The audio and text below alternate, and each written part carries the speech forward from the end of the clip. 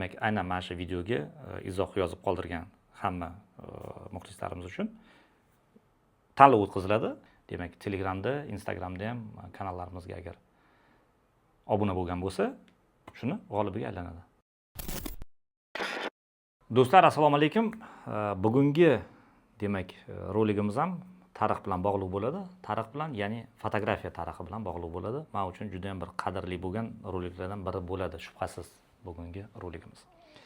Demak, 1987-yilda adashmasam agar, dadam akamga, Jahongir akamga tug'ilgan kunlariga Smena 8 fotoapparatini sovg'a qildilar. O'shandan boshlab 1987-yil aprel oyidan boshlab 22-sanasidan boshlab biz fotografiyaga bir ixlosmandlardan emas, fotografiya bilan yashaydigan odamlardan bo'lib qoldik. Men ham, akam ham. Oyimni o'sha paytda ishxonalarida bir alohida kichkina xonalari bor edi, ishlatilmaydigan. O'sha xonani bizga ruxsat berdilar egallashga va biz o'sha xonada fotolaboratoriya tashkil qildik. Ya'ni u paytda endi fotoapparatlar hozirgi har bitta telefondagi fotoapparat bunaqa narsa emas. Fotoapparat alohida bir uskuna, uni ichiga plyonka qo'yib, uni plyonkani keyin ishlovini berib, xullas juda ham jarayoni katta edi. Buni hozir sekin masliga yetib o'tib ketaman. Nimaga aynan shu voqeani meni eslaganimiz sababi, yaqindagina men internetda bir odam bilan tanishib qolib, o'sha odamdan bir nechta Smena 8 apparatini xarid qildim. Bular deyarli time kapsula, ya'ni vaqt kapsulasi, ya'ni tegilmagan, ishlatilmagan. Bir xillarning ustida hattoki mana muhri ham hali buzilmagan. Mana o'sha paytdagi Smena 8 fotoapparati. Hozir sizlar bilan shuni raspakovka qilamiz va men raspakovka jarayonida, obzor jarayonida sizlarga sekin-sekin gapirib beraman, umuman bu apparatlarga rasmga olish jarayoni qanaqa bo'lganligi haqida. Bismillahirrohmanirrohim. Endi qutisiga ahamiyat bermaysizlar, juda ham uzoq yillar saqlangan, shuning uchun sal shunaqa bir ko'rimsizroq bo'lib qolgan bo'lishi mumkin. Mana demak ichida pasporti bor. Pasportida umuman shu apparatdan qanaqa foydalanish, mana demak kafolatlari haqida, mana kafolatlarning muhrlari ham bor. Bu 10-mart 93-yilda ishlab chiqarilgan ekan fotoapparat. Demak, shuning uchun lotinda yozilgan bo'lsa kerak, kirill alifbosida emas, demak, chunki bu eksportga chiqarilgan bo'lishi mumkin.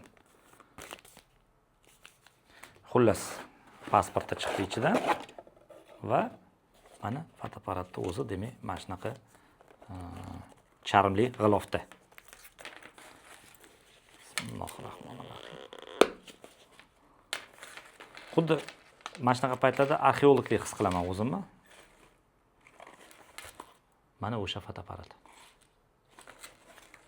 Haqiqatan xuddi bolaligimizdagi. Xo'sh.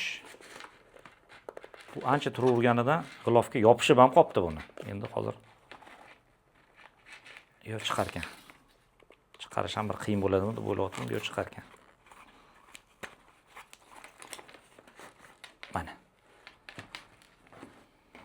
Mana shunaqa ko'rinishga ega. Adashmasam agar o'sha paytda bir 15 rubl, 16 rubl atrofida edi narxi.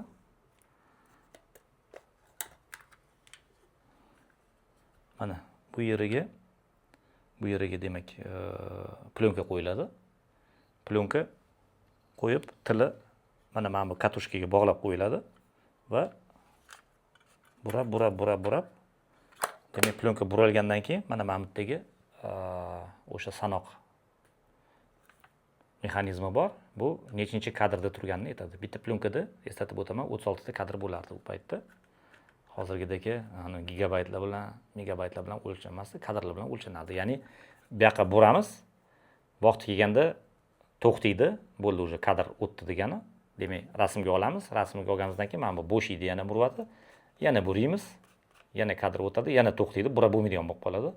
Yana kadr olamiz, yana yumshaydi, yana shu. To'lib bo'lgandan keyin, demak 36 kadr to'lib bo'lgandan keyin buni mana shu ko'tarib turilib, demak orqaga o'sha bachokka ichiga qayta plyonka aylantiriladi. Chunki unga yorug'lik tegib qolishi kerak emas. Yorug'lik tegib qolsa, negativ kuyadi. Demak, orqaga aylantirib bo'lingandan keyin bachok ichidan chiqariladi. Bachok ichidan chiqarilgandan keyin uni yana muolajalari endi boshlanadi mana. Xususan, o'sha fotografiya jarayoni endi boshlandi degan bo'ladi. Chunki plyonka bachokka qo'yiladi. Bachokka qo'yilgandan keyin reaktivlari bor, uni ximikatlari bor. Birinchisi o'sha proivitil degani. Proivitil degan ximikat solinadi bachokka. O'shaning ichida adashmasam agar 2 minutmi, 3 minutmi turardi. Vaqtlariga qarash kerak edi. Chunki vaqtidan ko'p turib olsa, qorayib ketadi. Biz endi rangli fotoapparat emas bu deb o'ylardik nimagadir. Faqat oq-qora negativlarni ishlatsa bo'ladi deb o'ylardik. Nimaga unaqa deb o'ylagan ekanmiz, bilmayman. Endi bildik, shu fotoapparatning ranglisi oq-qorasi bo'lmaydi. Umuman hamma fotoapparatlarga rangli plyonka qo'ysa ham bo'ladi, oq-qora plyonka qo'ysa ham bo'ladi. Mayli, endi bolalikda shu o'tib ketdi. Xullas, ko'proq turib olsa, demak, qorayib ketadi negativ. Kamroq tursa, ham xira bo'lib qoladi, ham ustidagi o'sha plyonkani emulsiyasi o'chadi, demak, tez ishdan chiqadi negativ. Qaysidir muddat turish kerak shu. Adashmasam agar bir 2-3 minut atrofidamidi shunaqa. Demak, 2-3 minut proivitilda turgandan keyin bachokdan mana bachok mana bunaqa ko'rinishga ega. Mana shu bachokda demak qilinadi. Demak, bachokdan chiqqandan keyin ichiga suv solinadi-da, proivitildan keyin. Suvda bir choy yuboriladi. Keyin suv to'kiladi-da, keyin fiksaj solinadi. Fiksaj ya'ni fiksировать qilish, muhrlash degani. Ya'ni u qotiradi yana o'sha anaqani negativni o'sha emulsiyasi ko'chib yuvilib ketmasligi uchun. Fiksajdan keyin bitta choy yuboriladi yana va negativ quritilib mana demak u yog'iga bosma ishlari bilan shug'ullansa bo'ladi. Ya'ni fotografiyalarni chop etish mumkin. Fotografiyani chop etish uchun endi увеличитель kerak. Bu maxsus bir uskuna, uning ichiga plyonka tiqiladi. Tepasida lampochkasi bo'ladi. Lampochkadan o'sha negativdan yorug'lik o'tib, pastga o'sha fotografiya tushadi. Bu yoqqa foto qog'oz qo'yiladi va pechat qilinadi. Bizani proivitilimiz o'sha paytda adashmasam agar Leningrad edi adashmasam agar. Mana shunaqa ko'rinishdagi proivitil, mana shunaqa ko'rinishdagi увеличитель. Demak, shunaqa увеличительga plyonka shu tepa qismiga qo'yiladi.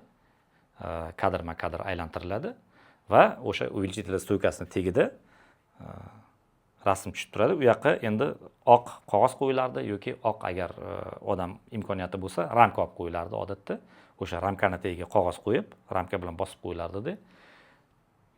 Unda ham увеличительda ham nechidir sekund ushlab turish kerak edi. Ya'ni ochasiz, qog'ozga o'sha nur tushadi, negativ orqali o'tgan o'sha rasm. Keyin yopasiz. Keyin uni olib, yana o'sha jarayon. Bu yoqda bir 3 ta tog'oracha turadi, proivitil, suv, fiksaj. Demak, oldin proivitilga solinadi qog'oz. Proivitilda uni fotografiyasi chiqadi, rasmi chiqadi.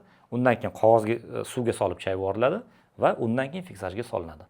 Ko'pincha biz o'sha plyonkani demak proivitildan, fiksajdan chiqarganimizdan keyin o'sha reaktivlarni o'zini quyardik bu tog'orachalarga ham. Demak, shuni o'zida keyin rasmlarni ham chiqarardik. Kuchi ketadi bu reaktivlarni, ya'ni nechtadir rasm bosma qilingan, chop etilgandan keyin reaktivlarni yangilash kerak bo'ladi. Bu anaqadan bilinardi. Ya'ni oldin masalan bir 10-15 sekundda chiqadigan bo'lsa rasm, keyin уже 20 sekundda, 25 sekundda, 30 sekundda, 40 sekundda chiqadigan bo'lib qolardi. Demak, reaktiv kuchini yo'qotayotgan bo'lardi. O'shandan keyin alishtirilardi reaktivlar. Xullas, mana shu tariqa biz o'zimizning o'sha laboratoriyani tashkil qilib, oyimlarning ishxonalarida, kichkina xonada ancha-muncha yil shu foto san'at bilan juda ham qiziqdik. Juda ham qiziqdik. Maktabda olingan rasmlar ham bor. Keyin umr mobaynida hozirgi paytgacha ham haligacha shu fotografiyaga bo'lgan mehr qolgan, haligacha rasmga bo'lgan mehr qolgan, haligacha o'sha paytdagi bir qanaqadir tajribalarimizdan orttirgan bilimlarimiz qolgan. Va hozir mana shu fotoapparatni bittasini men akamga sovg'a qildim. Plyonkasi bilan birga endi rasmga olib berildi. Rasmlari bilan men sizlar bilan mana o'rtoqlashaman, ko'rsataman sizlarga. Bugungi kunda qanaqa ekan bu fotoapparatni, plyonkani demak rasm chiqarishi. Bugungi kundagi o'sha mana smartfonlar bilan, katta sifroviy fotoapparatlar bilan raqobat qila olarmikan? o'zini bir qanaqadir yo'l yo'rig'i bormikan, o'zini bir qanaqadir chiroyli bir bo'lgan nuqtalari bormikan rasmlarda, shularni hammasini ko'ramiz sizlar bilan. Men sizlarga rahmat demoqchiman bu rolikni ko'rganingiz uchun. Mabodo kimdir agar smena fotoapparatidan, FETdan, Zenitdan, Kiyevdan yoki boshqa fotoapparatlardan foydalangan bo'lsa, iltimos izohlarda yozib qoldiringlar o'zingizlarning tajribalar haqida. Qanaqa kechgan bu jarayonlar, umuman bir qanaqadir o'rtoqlashdik, fikrlashdik, juda ham xursand bo'laman. Aynan shu fikrlarni bizning Instagram kanalimizda qoldirishingiz mumkin, Telegram kanalimizda ham qoldirishingiz mumkin.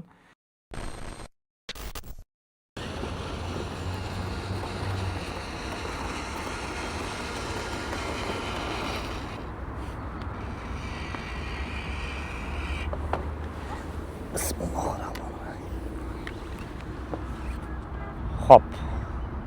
Do'stlar, nimaga aynan Xadra maydonini, aynan sirk oldini tanlaganim bu bejiz emas bu lokatsiya. Ya'ni aynan shu narigi uyda biz yashirdik va aynan mashtada biz o'sha aytib berganimdek akamga smena 8 sovg'a qilishgandan keyin rasmdagi ko'pincha mana shu lokatsiyalarda tushardik. Ya'ni shu Xadra maydoni, eski shahar, mana shu Ganga tomonlarda.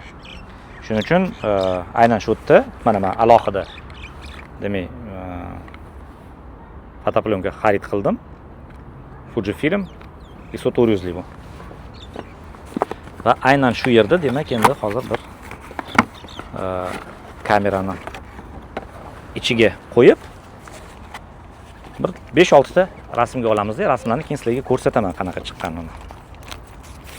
Endi qaranglar, buni belbog'i bor. Belbog'ini oldin o'tkazib olish kerak. U qotib ham ketibdi bu yillar o'tgani uchun. Xo'p, belbog'ini mana bunaqa qilib o'tkazamiz. Mana bu yerda mana teshuvchasi bor. Mana kamarga o'xshaydi bamisoli. Xo'p. Bo'ldi, mana o'tkazib oldik. Endi mana haqiqiy fotograflarga o'xshab mana yurishimiz mumkin. Mana. Bismillahirrohmanirrohim. Xo'p, demak fotoapparatni mana mamutdan burab yechiladi. Shtativga qotiriladigan joyi bu. Bu shtativga qotiriladigan joyi. Mana mashdan burab chexolidan chiqariladi. Xo'p, fotoapparatni qo'ydik. Kamerani fotoplyonканы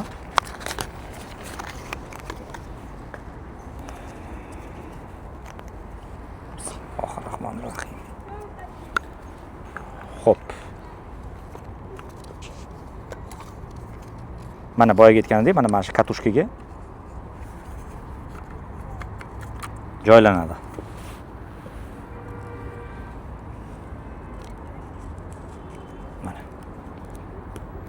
Shunday qilib, bu yog'ini bundoq qayirib olardik-da odatda, chiqib ketmasligi uchun.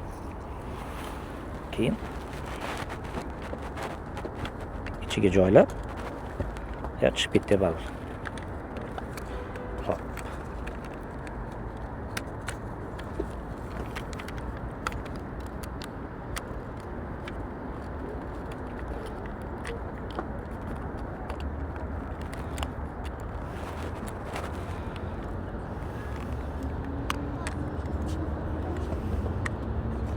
Bo'ldi, yopdik.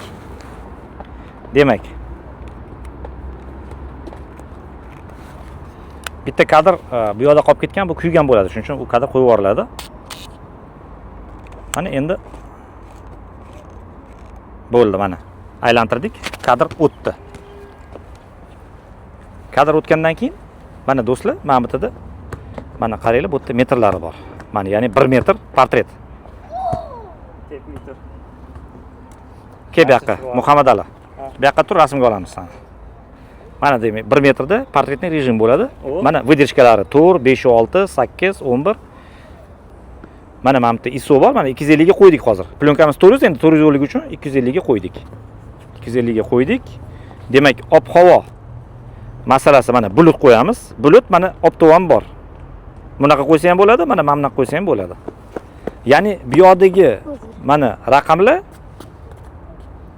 bilmagan odam uchun mana bu yoqda yana rasmlar bilan ham dubl qilingan, ya'ni anglash osonroq bo'lishi uchun. Hozir demak bulut ham bor, quyosh ham bor, shuning uchun mana buni qo'ydim, bulutli quyosh. Bu yog'i endi mana taxminan mana 1 metrga qo'yadigan bo'lsak, mana 1 metr bo'lsa, mana bu yoqdagi videoiskatel shu oynasiga qaraymiz. Xo'p, mana murvatini tushiramiz. Bismillahirrohmanirrohim. Birinchi rasm mana shu ochilganidan biri shu smenaga olinyotgan. Bo'ldi. Endi mana bu yog'i 1,2 metr bor, 1,5 metr bor. Ya'ni 1,5 metrda mana ko'rsatib qo'ying, ikkita odam olsa bo'ladi. Ya'ni kadr ancha kengroq bo'ladi. Bunda demak 1,5 metrda mana shundoq bo'lsa, uni уже mana mashina qilib olsa ham bo'lsa kerak. Qani? Bismillahirrohmanirrohim. Mana yana murvat esdan chiqdi. Yana murvatini tushiramiz. Plyonkani ham burash esdan chiqdi. Plyonkani ham burab qo'yamiz. Mana plyonkani buradik, bitta kadr o'tdi hozir. Mana shu bitta kadr bor. Bitta kadrga mana hozir xudo xolisa shu rasm tushiriladi.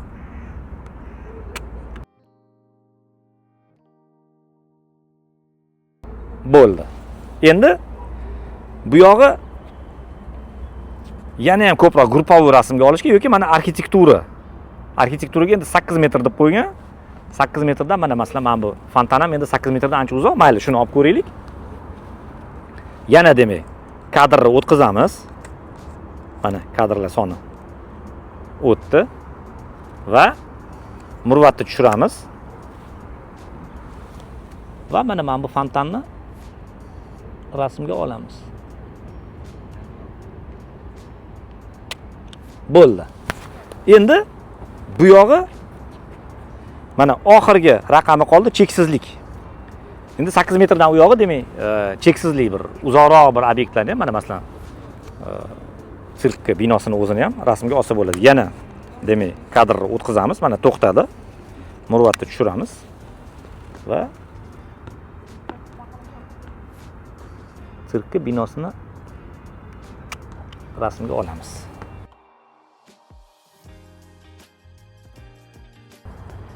Endi o'zimiz yashagan uyni ham bir rasmga olaman.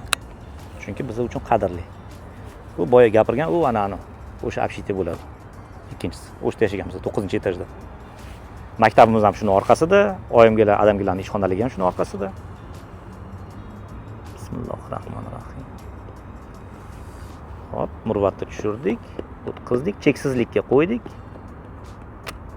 Oldik, bo'ldi.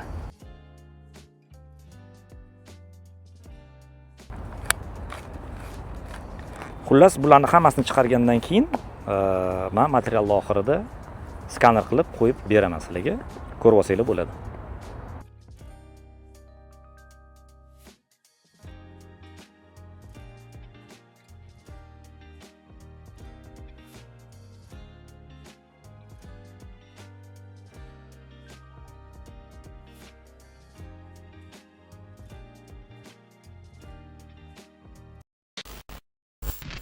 Do'stlar, boshida aytganimdek, bu fotoapparatdan bir nechtasini men olganman va men sizlar bilan bu xursandchiligimni, bu tarixiy bir fotoapparatga bo'lgan mehrimni bo'lishmoqchiman. Mana xuddi shunaqa yana bitta fotoapparat, mana tamg'anlari ochilmagan. Demak,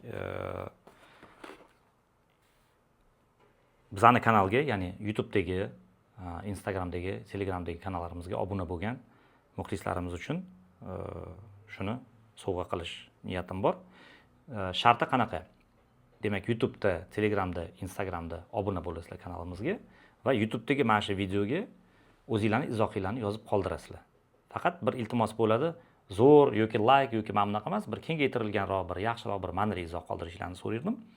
Demak, aynan mana shu videoga izoh yozib qoldirgan hamma muxlislarimiz uchun tanlov o'tkaziladi, ya'ni kompyuter o'tkazadi tanlovi. O'sha izohlardan bittasini tanlaydi, uni sohibi bilan bog'lanamiz, egasi bilan. Demak, Telegramda, Instagramda ham kanallarimizga agar obuna bo'lgan bo'lsa, shuni g'olibiga aylanadi. Ya'ni shu fotoapparatni qo'lga kiritadi. Demak, izoh qoldiringlar, obuna bo'linglar. Nima fikringlar bo'lsa, fikrlarni ham yozib qoldirishingizni so'raydik. Juda ham yaxshi bo'lardi. Like qoldirishingizni so'raydik, albatta obuna bo'lishingizni so'raydik. Rahmat bizani kuzatib borayotganingiz uchun. Yana ko'rishguncha xayr.